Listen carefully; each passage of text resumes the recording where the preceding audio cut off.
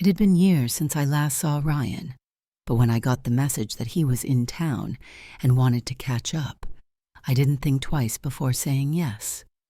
There was no hesitation, no second-guessing myself, just a quick, "Sure, let's meet." At the time, it felt harmless. I hadn't thought about him in ages, at least not in any serious way. We had been together in our 20s before life took us in different directions. I got married, he moved across the country, and we both moved on. When I walked into the cafe that day, I didn't expect to feel anything. I was happy with my life, my husband, my routine, everything was settled. But when I saw Ryan sitting by the window, his familiar profile backlit by the soft afternoon light, something stirred inside me. It wasn't anything dramatic, just a little flutter, a recognition of something that used to be there.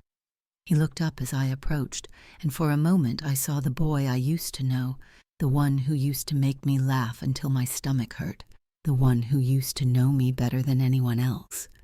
But we weren't kids anymore. I was a married woman now, and this was just coffee, just two old friends catching up. I reminded myself of that as I smiled and slid into the seat across from him. "Wow, it's really you," he said with a grin that hadn't changed. "You look great, Rachel." "You too," I replied, feeling a strange warmth settle over me. I told myself it was just nostalgia, just the comfort of familiarity.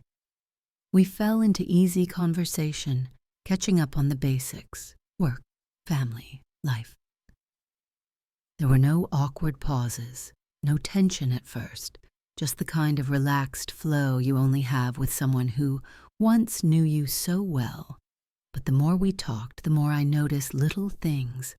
The way he leaned in when I spoke, the way his eyes lingered on me just a second longer than they should have. And I wasn't innocent either. I laughed a little too easily at his jokes, let my gaze drop to his hands, remembering how they used to feel. I told myself I was imagining it, that I was just being paranoid, but the feeling was hard to ignore. Halfway through the conversation, he mentioned something about a trip he was taking soon, how he wished we could do something fun like we used to. It was a throwaway comment, something that could have been brushed off, but instead I found myself smiling and saying, "Yeah, those were good times." And then it hung there, between us. Those memories, those moments we used to share, the nights that felt endless and full of possibility. I hadn't thought about them in years, but now, sitting across from him, they rushed back, uninvited. We finished our coffee and kept talking, but the dynamic had shifted. The conversation became lighter, more playful, but there was an undercurrent to it that hadn't been there before. We both felt it, though neither of us said anything. My stomach tightened with a mix of nerves and excitement that I didn't want to acknowledge. I told myself it was nothing, that this was just old memories surfacing because I hadn't seen him in so long.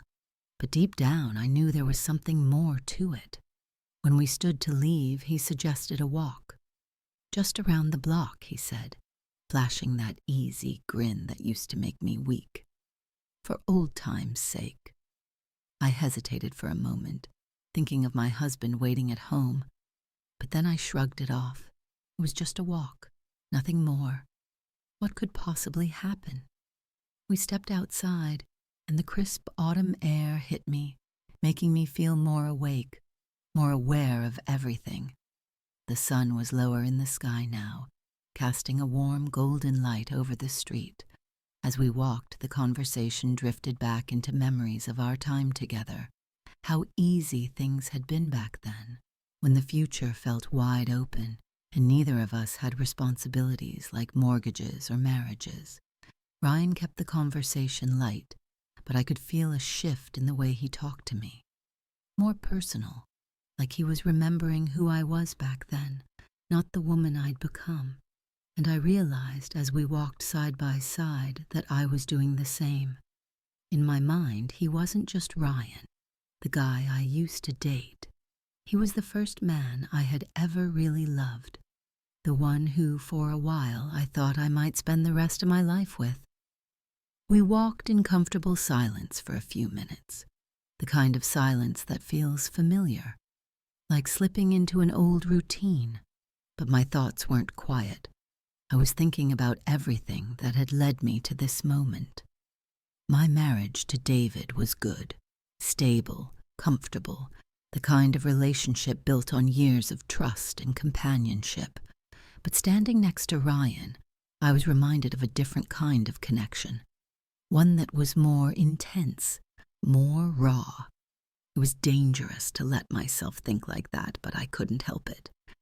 We reached a park, and Ryan gestured to a bench near the edge of a small pond. "Want to sit for a minute?" he asked, his tone casual, like this was just another part of catching up. I hesitated but nodded. We sat down, and as soon as we did, I felt it. That quiet tension again, the one that had been simmering just beneath the surface all afternoon.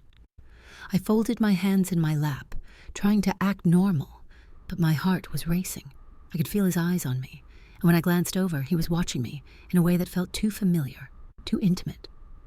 "You ever think about those days?" he asked suddenly, his voice soft but steady. I swallowed, unsure how to answer. I could lie, say no, tell him that those memories were buried under a mountain of new ones with David. But the truth was I had thought about them, not often, but sometimes, in quiet moments when life felt too predictable. "Sometimes," I admitted, my voice barely above a whisper. He smiled, and it wasn't the same playful grin from earlier. This smile was softer, more knowing. "Me too," he said, leaning back on the bench. "I always wondered what would have happened if we hadn't broken up." I felt my throat tighten. This was getting too close to dangerous territory. I could feel it pulling me in, and I didn't know how to stop it. "We both moved on," I said, trying to sound nonchalant. "We're in different places now." "Yeah, we are," he agreed, but there was something in his tone, something that told me he wasn't as convinced as I was trying to be. He leaned forward, resting his elbows on his knees, and looked at me with a seriousness I hadn't seen in him in years. "But don't you ever wonder?" I didn't answer right away. I couldn't. The truth was sitting heavy in my chest, and I didn't want to admit it, not to him, and especially not to myself. But the way he was looking at me, like he already knew the answer, made it impossible to avoid. "Ryan," I started, my voice shaking slightly. "This isn't—" I trailed off, unsure of what I was even trying to say. He didn't push, didn't try to close the physical gap between us. But emotionally, it felt like he was right there, waiting for me to open that door, just a crack, and I could feel how easy it would be, how one small step could lead to something I couldn't take back. "I know," he said softly, his voice full of something that sounded like regret. "I'm not trying to make this complicated, Rachel. I miss you. I miss what we had." My heart pounded in my chest, and I looked away, trying to find something to anchor myself to, something that would remind me of who I was now, of the life I had built. But all I could think about was how close Ryan was, how familiar and safe and dangerous it felt all at once. I wanted to say something, to tell him it was too late, that we couldn't go back, but the words caught in my throat. Instead, I sat there in silence, feeling the weight of everything unsaid between us. The silence between us was deafening. I could feel the weight of his words lingering in the cool air around us, pressing against me, making it hard to think clearly. He missed me. He missed what we had. I wasn't prepared for that kind of honesty. Not here, not now, not after all this time. My mind flashed to David, my husband, the man who loved me, trusted me.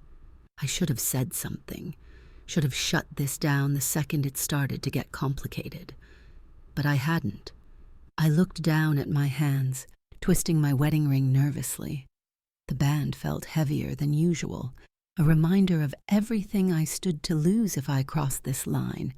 And yet here I was, sitting next to Ryan, my ex-boyfriend, a man I hadn't thought about seriously in years, and feeling something I hadn't felt in a long time, a pull, a desire, a flicker of something I thought was gone. "I don't know what to say," I whispered, finally breaking the silence. I meant it. There was no easy way to respond, no safe way to navigate this without hurting someone. Either Ryan or David, or maybe even myself. Ryan let out a slow breath and leaned back, his eyes still on me, soft but intense. "You don't have to say anything, Rachel. I don't know. Seeing you again brought back a lot of memories, that's all. I'm not trying to make your life harder." But he was, whether he meant to or not. This was hard. My chest felt tight, and my thoughts were a tangled mess of what-ifs and possibilities I didn't want to face. I could sense the way this could spiral, how one wrong word or move could lead to a mistake I'd regret for the rest of my life. I turned toward him, trying to keep my voice steady. "Ryan, I'm married. I've moved on. We both have." I said it more for myself than for him, as if saying it out loud would make it easier to believe, easier to stick to. "I know," he said quietly, "and I'm not asking for anything. I just miss talking to you, miss being around you. I don't want to mess up what you have." But the thing was, he already had, not intentionally, but by being here, by reminding me of what we once were. He'd stirred something in me that I hadn't even realized was dormant, and that was dangerous. I felt the tension rise again, an invisible thread connecting us, pulling tighter with every second of silence.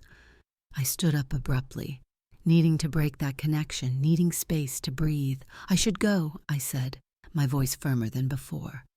"It's getting late, and I need to get home." Ryan stood up too, his expression unreadable.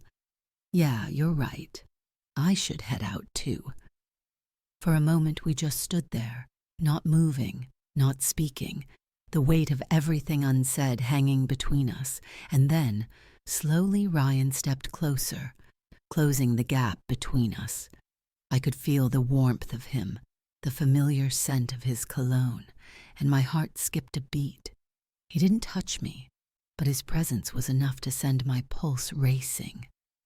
"Rachel," he said softly, his voice full of something I didn't want to hear. I shook my head, stepping back. "Don't," I whispered, my voice trembling. "Please, don't." He stopped, his eyes searching mine, and I saw the conflict in him, the same conflict that was tearing me apart. He wanted to say something more, to push, but instead he just nodded, a sad, resigned smile tugging at the corners of his mouth. "I'm sorry," he said quietly. "I didn't mean to make this harder for you." I shook my head, blinking back the sudden sting of tears. "It's not your fault," I whispered. This just can't happen." He nodded, and for a moment, I thought he might say something else, something that would pull me back in. But instead, he just stepped back, giving me the space I so desperately needed. "Take care, Rachel." "You too," I said, my voice barely audible. I turned quickly, not trusting myself to linger any longer. I walked away without looking back, my heart pounding in my chest, my mind a mess of emotions I didn't know how to process. As I reached the end of the street, I paused for just a moment, my mind racing with everything that had just happened. I could feel the pull of temptation still lingering, the ache of something unfinished, but I forced myself to keep walking. By the time I reached my car, the reality of the situation hit me like a wave. I hadn't crossed the line, but I had come dangerously close, too close. I sat in the driver's seat for a moment, gripping the steering wheel, my heart still racing. This wasn't me. This wasn't who I was. I loved David, and I needed to remind myself of that. Whatever this had been with Ryan, it was in the past. and that's where it needed to stay. I took a deep breath and started the car, forcing myself to focus on the road ahead, on my life, on my husband. But the feeling lingered, a quiet whisper in the back of my mind, reminding me of what almost happened, and I knew it wouldn't be easy to forget. Since you enjoyed this video, click on the subscribe button on the screen and check out our channel for more videos like this.